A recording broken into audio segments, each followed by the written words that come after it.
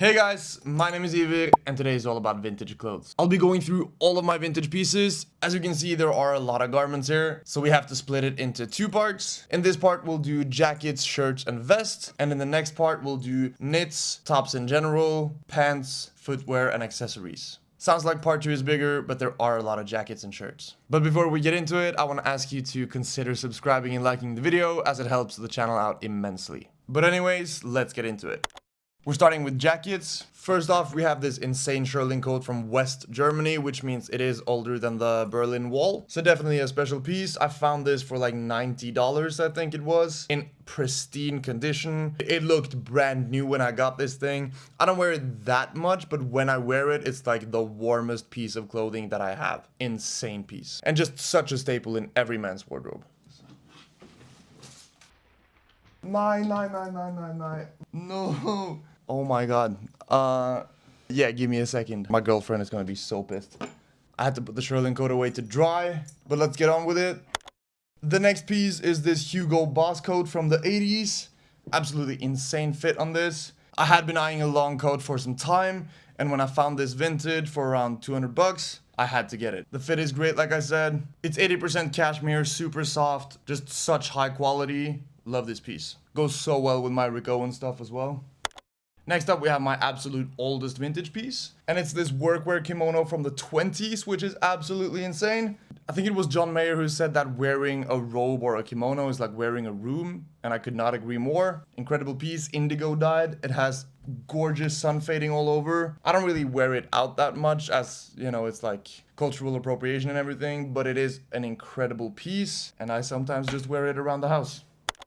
Next up is one of my favorite jackets. It's this 50s university varsity jacket. It has some great patches, has more of a classic color. It's in a burgundy or wine red, corduroy, black ribbings. It just fits perfectly too, like cropped in the waist, pretty slim. Just a perfect varsity jacket.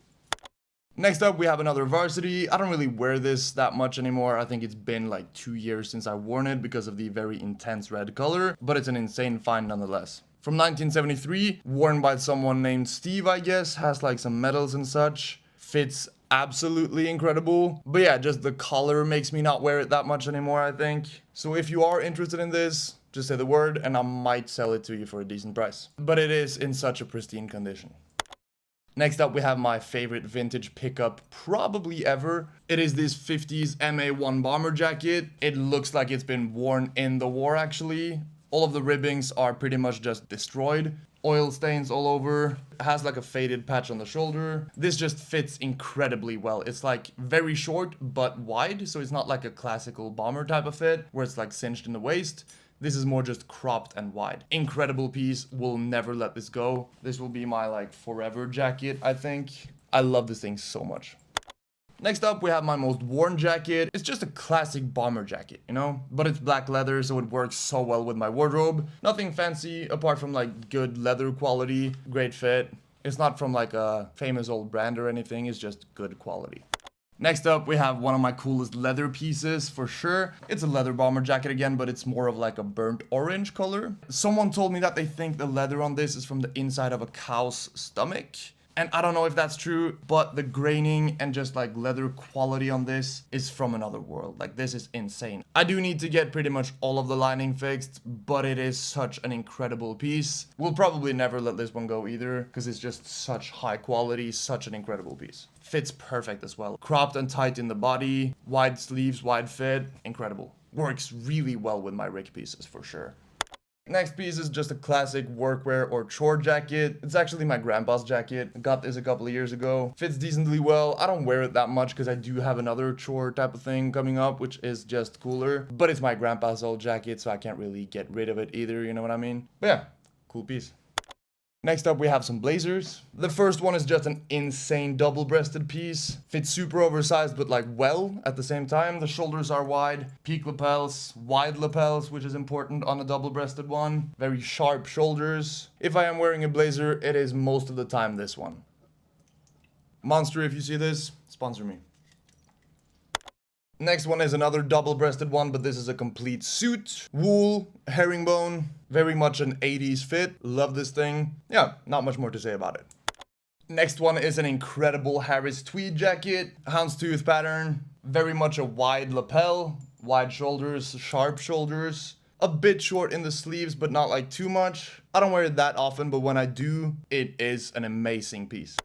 The next one is very cool. It's a vintage Kenzo blazer, single-breasted, a bit slimmer, more casual, not as prominent shoulders, very much a casual blazer. But this one with like some dusty collars, wide pants and such is an incredible combination, trust me. Next up, we have another one of my favorite vintage pieces. It's a leather overshirt, fits very oversized, quite long. I didn't like the buttons when I got it, so I swapped them out for something that looks a lot like Acne Studios would do. But I love this thing now. It fits perfectly into my wardrobe, and I can't wait for the weather to get a tiny bit colder so I can wear it every day. Next up is just an oversized button-up, black, dagger colors, fits really cool when you tuck it in. Such a staple as well, especially in my wardrobe. Next up is my most worn shirt. It's my dad's old shirt, has chest pockets, a dagger collar, and yeah, a bit of a flowy shape, scoop on the side so I can wear it untucked, and yeah, great piece. Next up is another one of those shirts I just wear a ton. This is actually my girlfriend's dad's shirt, I believe. Fits a bit shorter, a bit less oversized, so this with like wider pants untucked, fits great. Next up is this almost like Y2K shirt. It has these like tribal details on it, which I think is cool. Very flowy. The description is in Japanese, so I don't really know what fabric it is, but it feels like a rayon. And yeah, great piece. Next up is this incredible 60s or 70s like knitted shirt. Very much a Sopranos or Scarface type of vibe. Dagger collars, but knitted. Fits great over pretty much any wide pair of pants, especially trousers. And yeah, it doesn't really fit my wardrobe as well now as it used to, but I do still love this piece. Next up is this classic old LL Bean shirt, light blue, a bit stiffer and rugged, but that very much works with a casual look. And yeah, if you find any of these like 80s or 90s LL Bean shirts, I could not recommend them more pretty much. Then we have this absolutely insane find right here. It's an old Italian workwear shirt, I guess.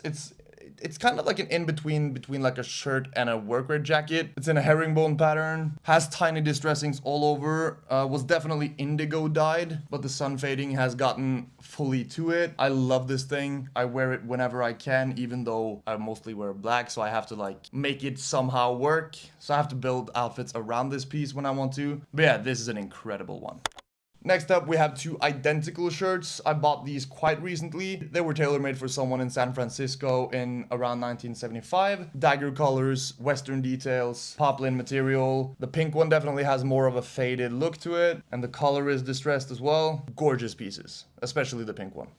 The next one is my most recent pickup. I actually got this because I wanted to make a recreation of the Raf Simons Fall/Winter 1998 look with a red shirt and black tie, but it fits really well. It's from the 70s, has a dagger collar. You can probably tell that I love my dagger collars. But yeah, fits more slim. Love this piece.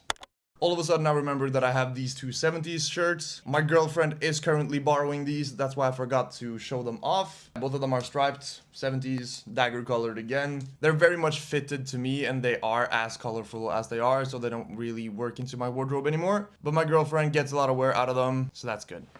Next up, we have an insane piece. It's a 90s like disco-y shirt, I guess. Looks very much like a Jean-Paul Gaultier shirt. Has an extreme dagger color like you might be able to see. The dots and everything. I saw the Timothy Chalamet Chanel commercial and he was wearing this dotted shirt. It's not even close to as cool as this one in my opinion, but it was a cool look. But then I found this at my favorite vintage store called Solitude Vintage, and yeah, had to pick it up. This is incredible with like flared trousers or anything flowy.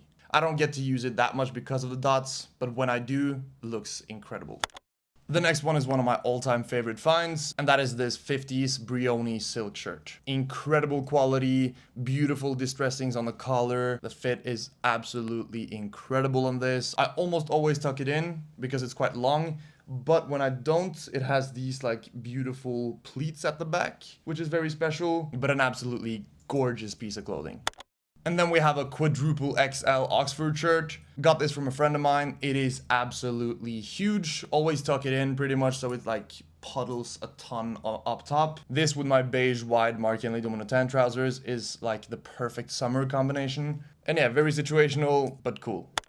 And then for the vests, first we have this absolutely incredible shearling piece. I believe it's from the 60s or 70s, but it's in a great condition. Still definitely worn, but great condition. The shape is pretty similar to those Carhartt vests, where it's like longer in the back, shorter in the front. And yeah, I don't get to wear it that often, but this over any of my like Rick Owens basic rib tanks, perfection. And so cozy as well. The second one is pretty much like an avant-garde cheat code in my opinion, and that is a classic waistcoat. Very much cropped in the back, a bit longer in the front but still short, but very sharp. It's mainly in a wool. These things fit so well over tank tops, t-shirts, shirts, pretty much anything. And it's like such a layering hack, if you will. So get yourself a waistcoat and you're good to go. The last piece today is pretty much the same as the previous one, but in leather. So this one definitely has a bit more of an edge to it. It's almost like a biker vest kind of thing. But again, this one over tank tops, t-shirts, shirts, sick. Anyways, those were all of the pieces we had for part 1, but there will be a part 2, so be on the lookout for that. I mean, there are a lot of sick pieces here still. But that segues perfectly into the fact that if you do subscribe to our channel, part 2 will probably pop up in your feed. We're trying to build a community here of people that are passionate about style and self-improvement, so if you want to join that, definitely subscribe to the channel. But as always, have a great rest of the day, and thanks for watching.